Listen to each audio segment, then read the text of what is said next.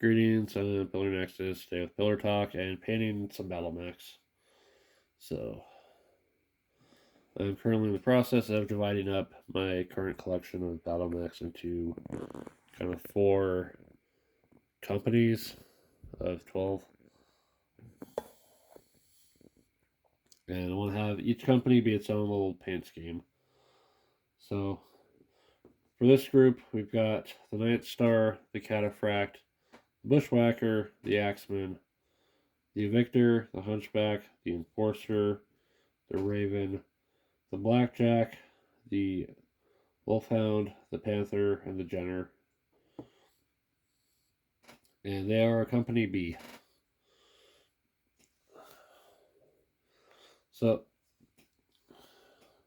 we're going to continue on the yellow, blue, greenish paint scheme that I've done for the first 4.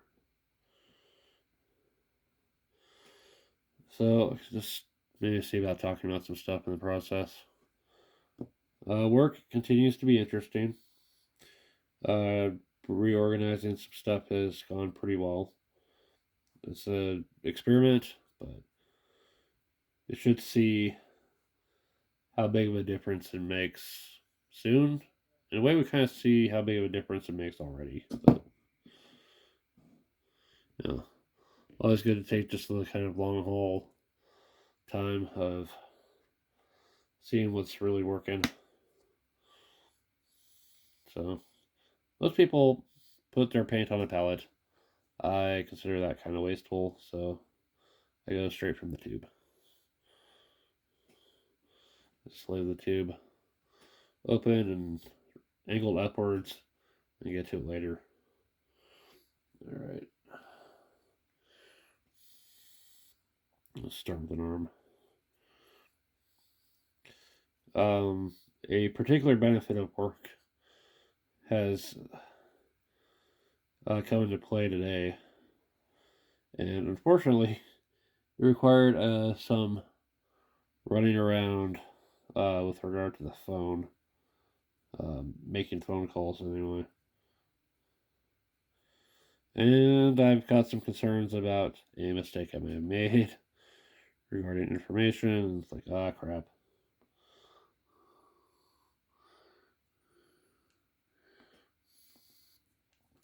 So I just need to be extra vigilant on stuff, and hopefully it gets resolved and I don't have to worry about it anymore. But it means, the actual meat of the plan is you have to save some money in the long run. So yay.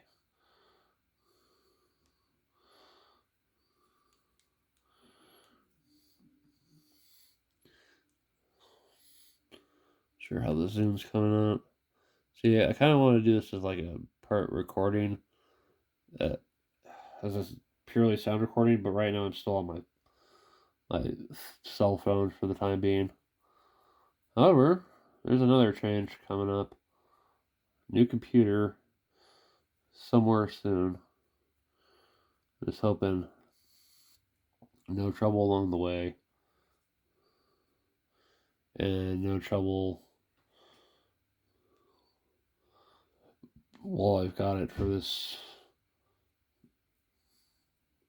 For the any amount of time that I've got it.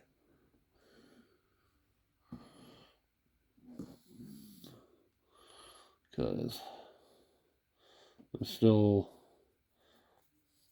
partly annoyed with myself for not taking care of my own computer.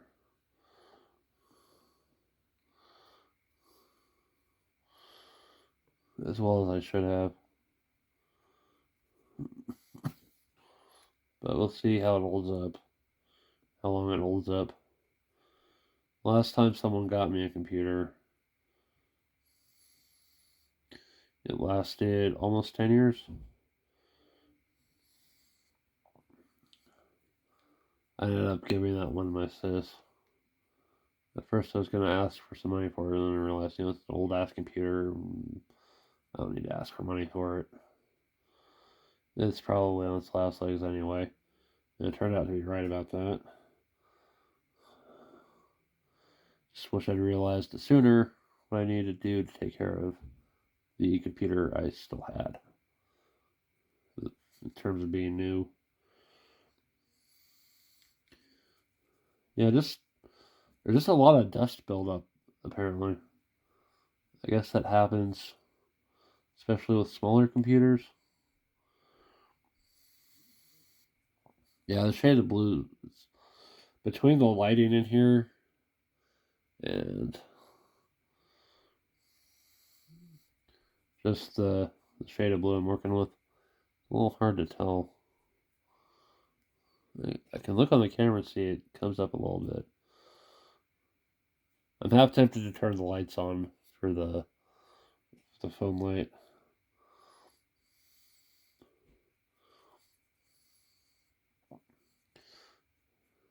Yeah, aside from a few snags, I think things are going to overall be better going forward and be somewhat back to normal. So what else is going on? Speaking of my giant robot collection, giant robot minis. um, so for BattleTech, we finally did the clan invasion. Um, well, last week the people who missed out on the first week of the clan invasion event ended up playing in the second week of it.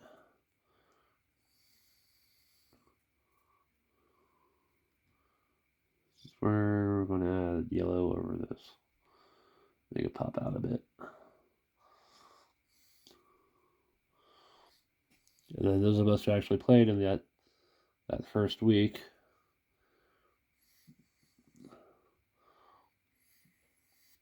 played this kind of Robo Rally-esque approach to BattleTech.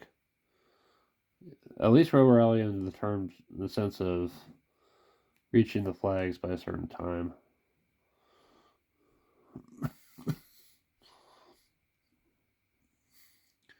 Thankfully, no programming was involved, but I think that would be kind of a curious thing to try out in BattleTech, is having to program your actual direction and facing ahead of time, and then everybody reveals, and then the movement's divided up into this kind of impulse of, okay, these mechs that are moving these speeds move now, and if one mech is about to enter space of another, here's the priority. Alright.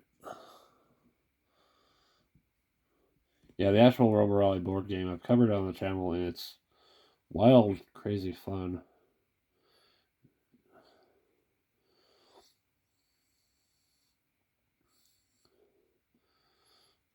Regardless of whatever version it is. I don't know. I remember the Avalon Hill version and the recent Renegade revival. There's a feels like a fitting term for board games lately. Recent Renegade revival, because Renegade Games has been helping to bring a lot of stuff back.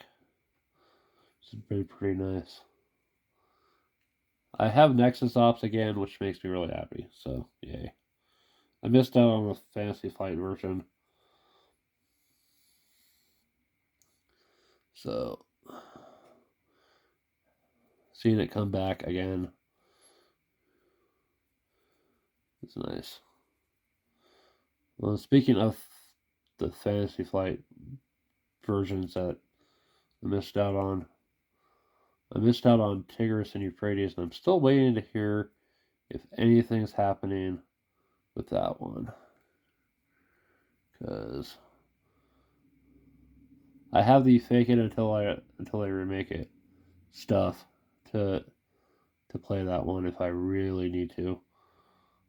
But I really do want a reasonably affordable approach the game.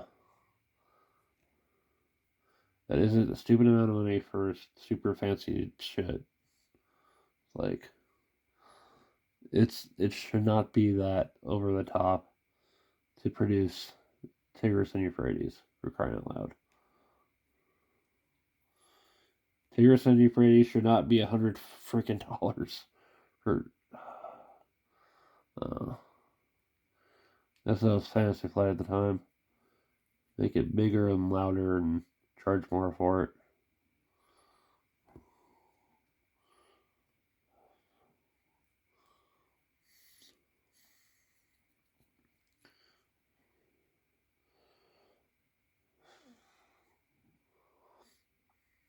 Yeah, that's the thing about games. It can be anywhere from as simple as finding some dice and some cards and some counters, and you've got yourself a game, to, I don't know, Twilight Imperium. A lot of very fancy games out there. We got a lot going for them. And sometimes you gotta ask, how much is too much? Or how much is enough?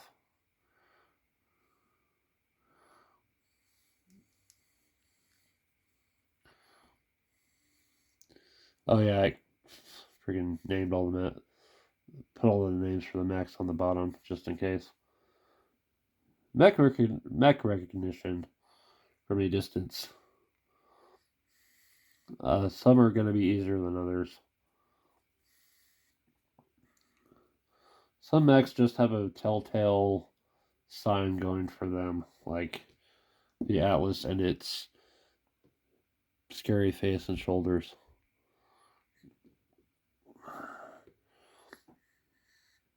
Others are a little bit more subtle, like the difference between the Panther and the Wolfhound.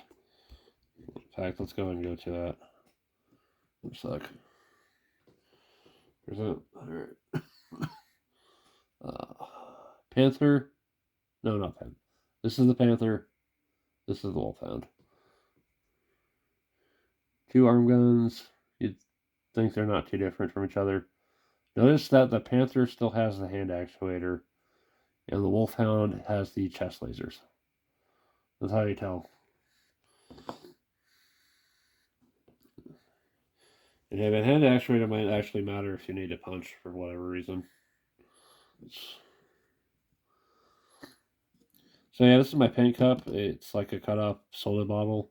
Someone way back when kind of made another one for me with the same method. Just cut off the bottom of a soda bottle and it works. And I've been using this one for a while. If I ever need a replacement, I just get another soda bottle and drink it, and then use the empty for this. At some point, I'll have to change out the water, which I'll probably end up doing, and then coming back and finishing the rest of this.